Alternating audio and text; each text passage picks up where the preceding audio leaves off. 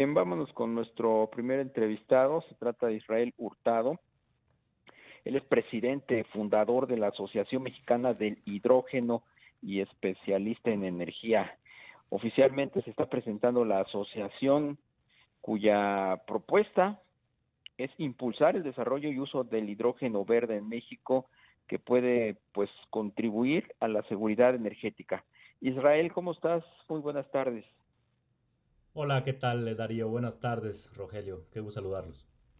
Platícanos, ¿cómo puede contribuir el hidrógeno en este tema que hoy se está debatiendo con respecto pues a la ausencia, a la carencia de gas natural y por ende el impacto que está teniendo en el suministro de energía eléctrica en México? Este jugador, el hidrógeno verde, ¿cómo puede contribuir a la seguridad energética?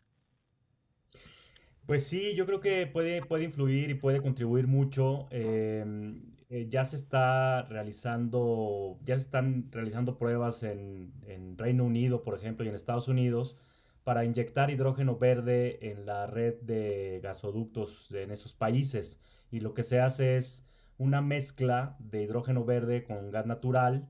Y bueno, pues este se convierte en un combustible como el gas natural y puede servir pues para diversos efectos como cualquier otro combustible, para boilers o para, en fin, calentar o demás, ¿no? Pero ya se está haciendo, entonces creo que México con el potencial que tiene de producir hidrógeno verde derivado de centrales renovables, pues podría eventualmente llegar a sustituir, ¿no? Claro, tendrá que pasar algunos años, pero sí llegar a sustituir al gas natural y por lo tanto, pues la tan llamada soberanía energética o seguridad energética, pues podríamos finalmente tenerla a la vista.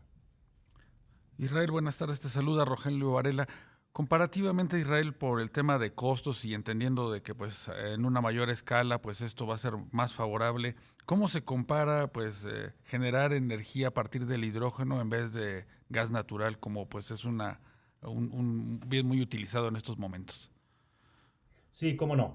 El hidrógeno verde se obtiene, digamos, hablando de la realidad mexicana, de una central solar. La electricidad que se genera en esta central solar se utiliza en un equipo que se llama electrolizador, en un proceso que se llama electrólisis. Se separa la molécula del agua, por un lado el oxígeno y por otro lado el hidrógeno, y el hidrógeno es el que se almacena y se puede utilizar para seguir inyectando energía a la red 24/7 en centrales solares, por ejemplo, o otros usos como almacenamiento y demás. Ciertamente todavía el día de hoy que se están haciendo estas pruebas, digamos, experimentales con relación al hidrógeno verde, pues ciertamente el gas natural todavía resulta más económico, pero los pronósticos son que eventualmente pues estarán al mismo costo y posteriormente será más factible utilizar el hidrógeno verde. Ahora hay otro tema importante que es la utilización del hidrógeno verde pues se enmarca dentro de lo que es la descarbonización y la lucha contra el cambio climático que a nivel global pues se está dando en todos los países, ¿no? O se está buscando hacer. Entonces, pues el componente medioambiental es muy importante, incluso más allá de los costos que al final del día cuando hablas de costos con combustibles fósiles, ya sea gas natural, ya sea carbón, ya sea diésel o combustóleo, imagínense, esos son muy contaminantes, pues al final el costo siempre resultará más económico o benéfico utilizar, por ejemplo, un combustible verde como el hidrógeno verde. ¿Cuál es el potencial real que tiene México en materia de generación de hidrógeno, Israel? ¿Y quiénes integran esta Asociación Mexicana del Hidrógeno? Sí, cómo no. Pues el potencial es inmenso. El potencial, como incluso con otras energías renovables, y a mí me gusta mencionar el ejemplo de la energía solar. En 2014 solo había dos centrales solares en operación a gran escala en México y al día de hoy, 6 años después, digamos, hay 72. El crecimiento es exponencial. México forma parte del cinturón solar, que son los países que tienen mayor irradiación solar en el mundo. Por lo tanto, para producir hidrógeno verde, pues se puede utilizar las centrales solares, también las centrales eólicas y también las centrales geotérmicas. Entonces, todo el potencial renovable que tiene México se puede utilizar para obtener hidrógeno verde. Y bueno, la asociación se conforma inicialmente por 35 empresas que están en diferentes sectores industriales.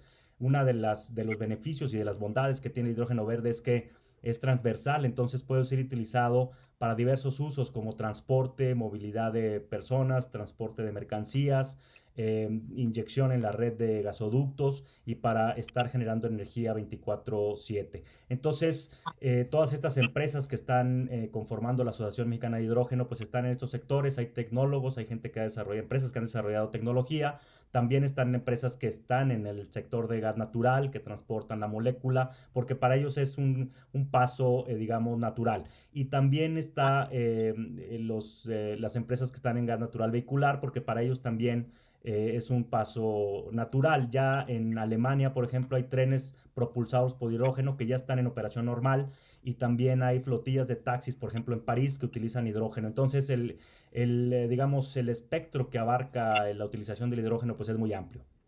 Israel, ¿y cómo está en nuestro país pues la regulación para que pues empresas se animen a invertir en estos proyectos, llevarlos como tú dices de la mano de plantas eólicas o de energía solar y pues digamos que buscar sinergias en ese sentido? Sí, cómo no. Pues en realidad el hidrógeno está todavía en una zona, digamos, un poco gris. No hay una regulación específica para el hidrógeno. Depende un poco el uso que se le vaya a dar, si es para transporte, movilidad o para inyección en la red de gasoductos, pues ahí tendría que aplicarse un poco la legislación o la regulación que hay en relación a gas natural, por ejemplo.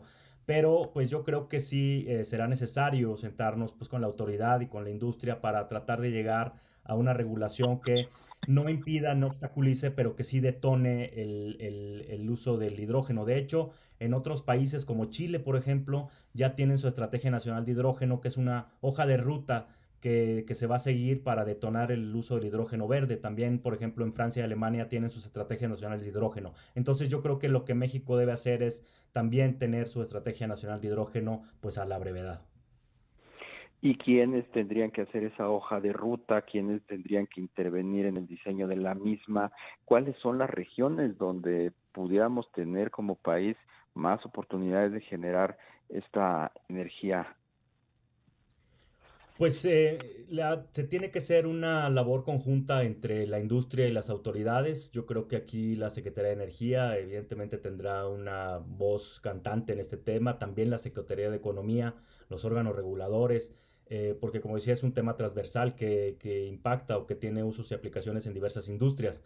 Y bueno, pues en el norte del país, que es una zona que es privilegiada en tema de radiación solar, o en otras partes del país que el viento es muy importante, pues, que puede generar energía, pues yo creo que México tiene el gran potencial de que en cualquier parte del país se puede obtener hidrógeno verde a raíz de estas centrales. Y otro tema interesante es que, pues, México con la frontera que tiene con Estados Unidos y considerando que Estados Unidos tiene un uso intensivo de energía, pues podríamos producir hidrógeno verde en México y exportarlo a los Estados Unidos, por ejemplo. Entonces, pues es un gran potencial.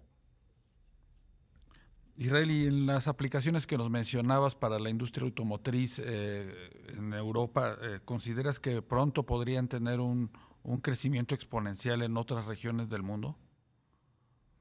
Sí, de hecho ya hay, bueno, como les decía, ya hay trenes propulsados por hidrógeno en corridas normales, digamos, en Alemania, que ya utilizan simplemente hidrógeno para su movilización.